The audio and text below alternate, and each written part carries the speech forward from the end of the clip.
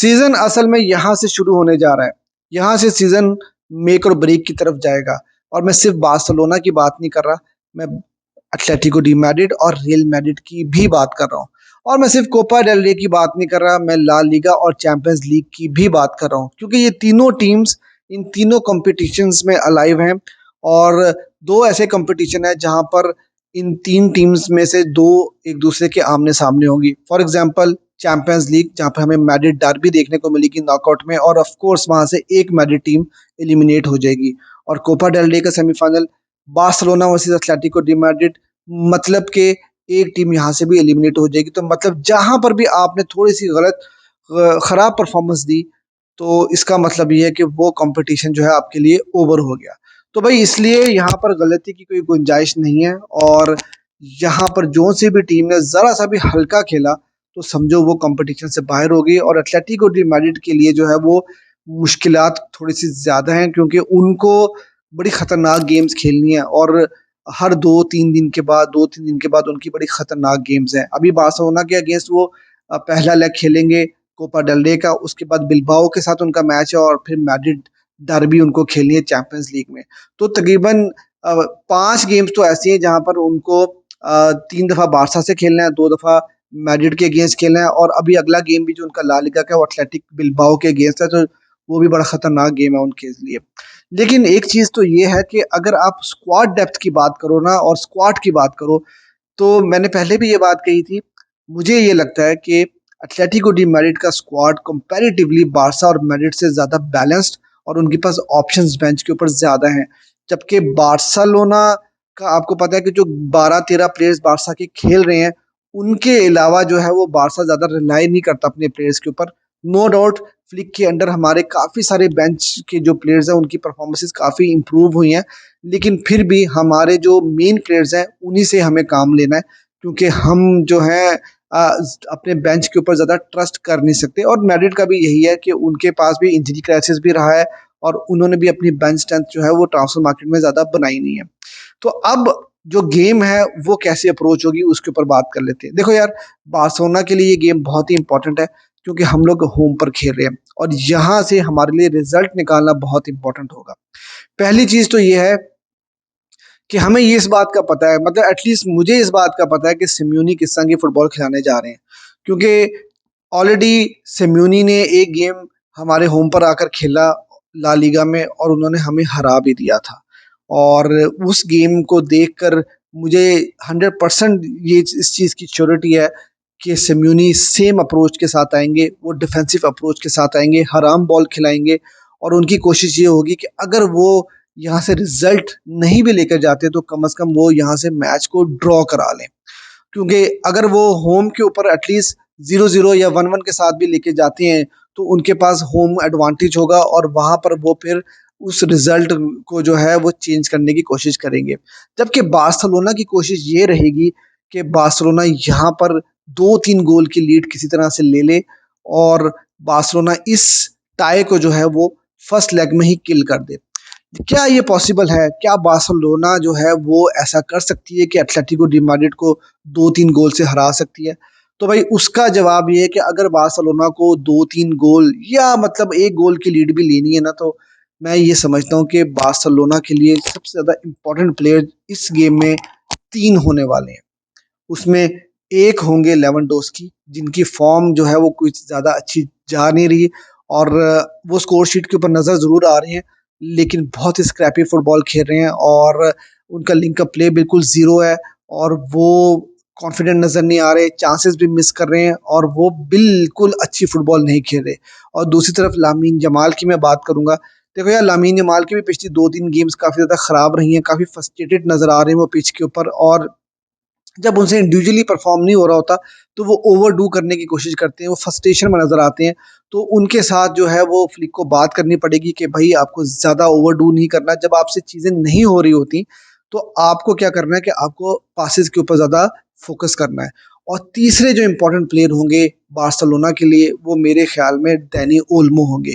क्योंकि देखिए यार, लो ब्लॉक के अगेंस्ट हम लोगों ने इस सीज़न में काफ़ी ज़्यादा स्ट्रगल किया है और पिछली गेम में भी अगर आपको याद होगा, मैं इस टीम के ऊपर बैठा हुआ था तो मैंने यही बात बोली थी कि हाफ टाइम के ऊपर हमें डैनी ओल्मो को लाना होगा क्योंकि लो ब्लॉक को वही तोड़ सकते हैं। और हमने पहली लेग में भी देखा था कि सिम्योनी ने बहुत ज़्यादा लो ब्लॉक बनाया हुआ था और काउंटर अटैक पे उन्होंने हिट किया हमें, आखिरी के 5 मिनट के अंदर उन्होंने 2 गोल स्कोर करके वो मैच जीत लिया था। तो वो इस बार भी वही चीज़ करेंगे और इस लो ब्लॉक को अगर तोड़ना है तो डैनी ओल्मो से बेहतर प्लेयर हमारे पास और कोई भी नहीं है। तो ये 3 प्लेयर्स जो हैं वो आपके लिए बहुत इंपॉर्टेंट होंगे। लेवा, लामिन यमाल, इनका फॉर्म में वापस आना ज़रूरी है, इनका अच्छा परफॉर्म करना ज़रूरी है और उसके साथ जो है वो एडिशनली डैनी ओल्मो। क्योंकि देखो यार, एक चीज़ मैं आपको बताऊं कि सिम्योनी जो है ना, बेसिकली वो आपकी विंग्स को ब्लॉक कर देते हैं। वो विंग से आपको खेलने नहीं देंगे, ज़्यादा बॉल्स आपको निकालने नहीं देंगे।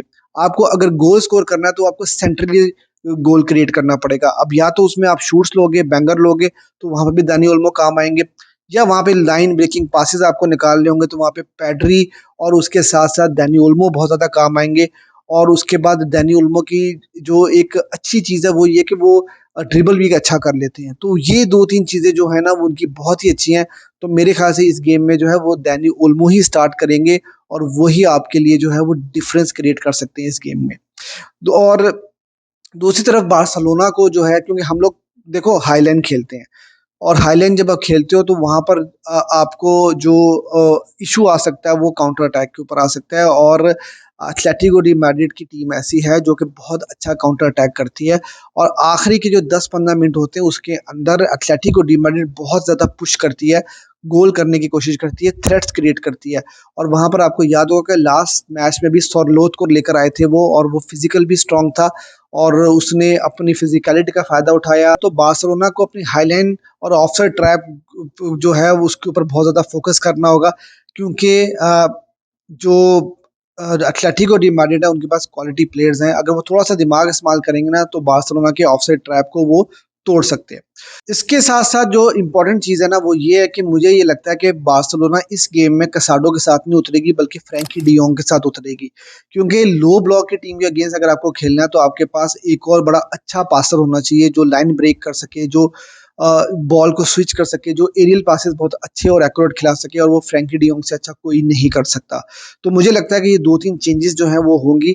मेरी जो लाइनअप है वो मैं आपके साथ शेयर कर देता हूँ। देखो, शेज़नी स्टार्ट करेंगे, मोस्ट प्रोबेबली हो सकता है नाकी पेना स्टार्ट करें क्योंकि चैंपियंस लीग और ला लीगा में शेज़नी के साथ हम जा रहे हैं। लेकिन मुझे यही लगता है कि शेज़नी ही स्टार्ट करेंगे और नाकी पेना को खिलाने के चांसेस थोड़े कम है। कोबासी और इनिगो मार्टिनेज ये दोनों सेंटर बैक होंगे और इनकी सेंटर बैक पेयरिंग इसलिए ज़्यादा इंपॉर्टेंट है क्योंकि अरोहो जो है वो अभी भी ऑफसाइड ट्रैप को इतने अच्छे से समझ नहीं पाए। तो हम कभी कभी जो है ना वो उनके इस ऑफसाइड ट्रैप को ना समझने की वजह से जो है वो गोल भी कंसीड कर जाते हैं। तो इनिगो मार्टिनेज और कोबासी से मेरे ख्याल से स्टार्ट कराया जाएगा। उसके साथ कुंदे और होंगे आपके बाल्दे, और फिर सेंटर में डबल पिवट के ऊपर जो है वो पैड्री और फ्रैंकी डियोंग होंगे। अटैकिंग मिडफील्ड के अंदर जो है वो डैनी ओल्मो, और फ्रंट थ्री जो है वो लामीन यमाल, लेवेंडोस्की और रफीनिया होंगे।